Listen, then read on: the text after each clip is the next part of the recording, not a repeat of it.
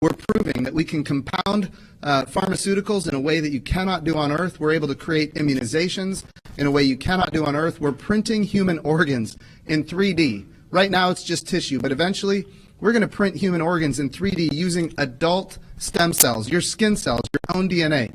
It's going to transform how we do medicine here on Earth. We're creating advanced materials that you can only create in the microgravity of space, things like an artificial retina for the human eye. So if you have macular degeneration, you don't have to lose your eyesight. Bottom line is this: these markets are the future.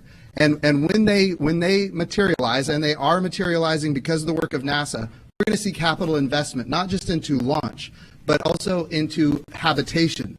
And that ultimately is what's going to be transformational for commercial space.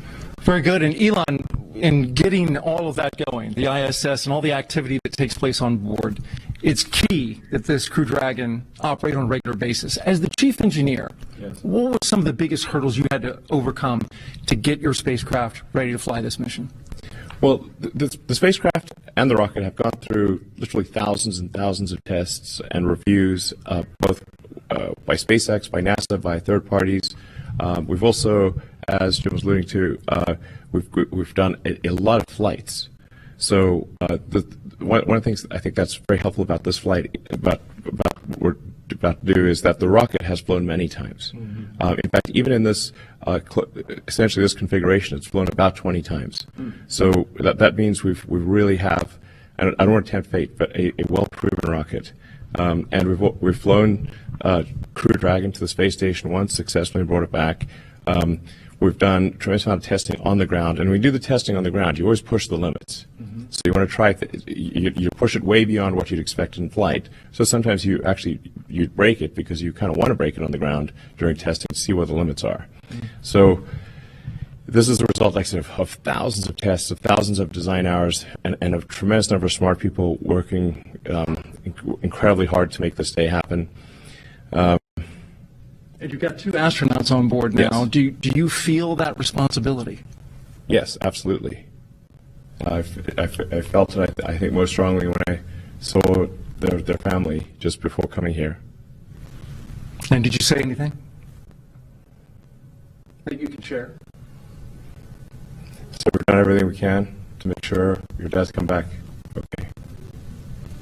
Thanks for sharing that with us.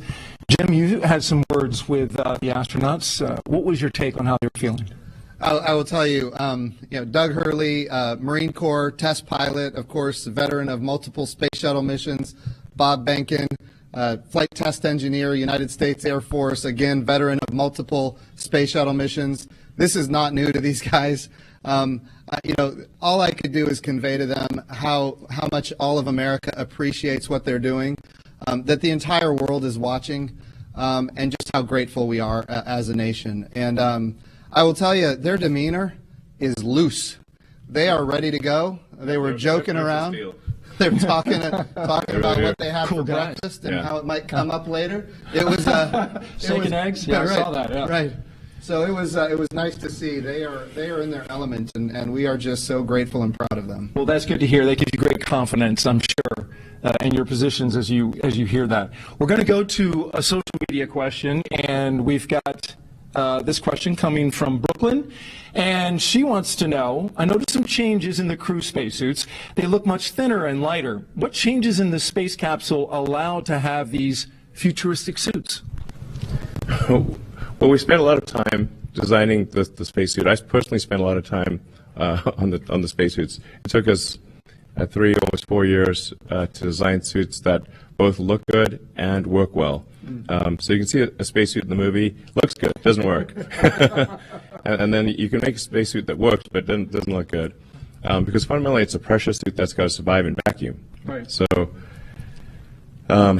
it's it tends to puff up, when it's under pressure, and it's got to handle all that pressure. So it took us many iterations to get the suit to. We really wanted to look great. Fundamentally, what it's about is like we want to inspire kids to say that one day they want to wear that uniform. They want to wear that spacesuit. Mm-hmm.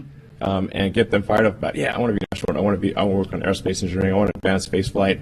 And I think what today is about is reigniting the dream of space and getting people fired up about the future and excited. It's just one of those things that I think everyone from all walks of life, from all parts of the political spectrum in the United States and elsewhere should be really excited that this is a thing that is made by humans, for humans, and it's just a great, exciting, inspiring day, and it's one of those, like I said, one of those things that makes you glad to wake up in the morning.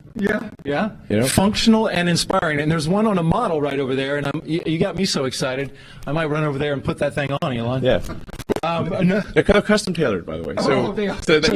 I think you won't fit in that one, but we could make one that you would fit in. Well, I appreciate you. Yeah. I appreciate you saying that. Yeah, because I'm 6'8", so you're gonna have to do a lot of sewing. Well, and the Dragon spacecraft can take someone who's 6'8". My size. Yes. This commercial thing, I'm getting excited. Yes. Yeah. I'm ready to fly, Jim. Yeah. Sir. We've got another social media question we're going to ask. Ashton J. wants to know, how do you think that launching astronauts on American soil for the first time since 2011 will revolutionize future missions? Yeah, so what we're doing here is unlike anything we've ever done before. We are not purchasing, owning, and operating the hardware. We are turning to commercial industry